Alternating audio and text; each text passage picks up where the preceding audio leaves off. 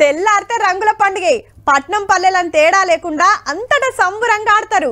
ఇన్నన్ని రంగులు పట్టుకొని ఊరంతా తిరుక్కుంటా దోస్తుల కూసుకుంటా చిన్న మురిపం ఉండదు. ఇక పట్నంలా డీజేలు పెట్టుకొని రెయిన్ డాన్సులు చేసుకుంటా దుమ్ము లేపుతారు. గవన్నిటికంటే మొదలు రంగులు కొనాలి కదా. మరి హోలీ పండుగ షాపింగ్ ఎట్లా జరుగుతుంది, రంగులు ఎట్లా అమ్ముడుపోతున్నాయో తెలుసుకోవాలి కదా. అట్లా మార్కెట్కి పోయేద్దాం పారి. రంగుల పండుగకు తీర్ రంగులు రెడీగా ఉన్నాయి దుకాణాలల్లా.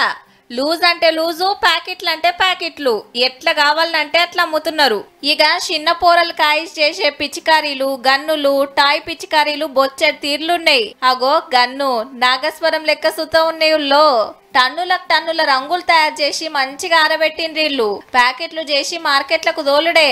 ఆల్రెడీ అమ్ముతున్నారు, కొంటున్నారు. ఇంతకు గిరాకీ ఎట్లున్నది కాక అని అడిగితే, ఈసారి 15 days ముందర వచ్చాను, అంత గిరాకీ లేదు. ఇప్పుడు కొంచెం మూవ్ అవుతుంది. ఇట్లా డేట్ దగ్గర వస్తే అట్లా మూవ్ అవుతుంది గిరాకీ. 2 వారాల సంది అమ్ముతుంటే పండుగ నెరి దగ్గరకు వచ్చింది కాబట్టి నిన్నయాల్టి సంది జరంత గిరాకీ అవుతుందట.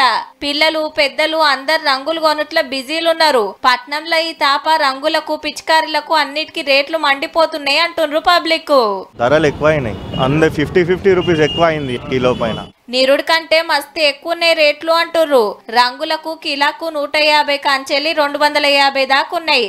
పిల్లల ఆట వస్తువులు 10 రూపాయలకెళ్ళి 500 దాకున్నాయి. ఇక కొనక తప్పది కాబట్టి కిలా కొనే కాడ అరకిల రంగు తీసుకుపోతున్నారు. పిల్లలు సంబురంగా ఆడుకుంటారు కాబట్టి పిచికారీలు కొనుక్కుంటున్నారు.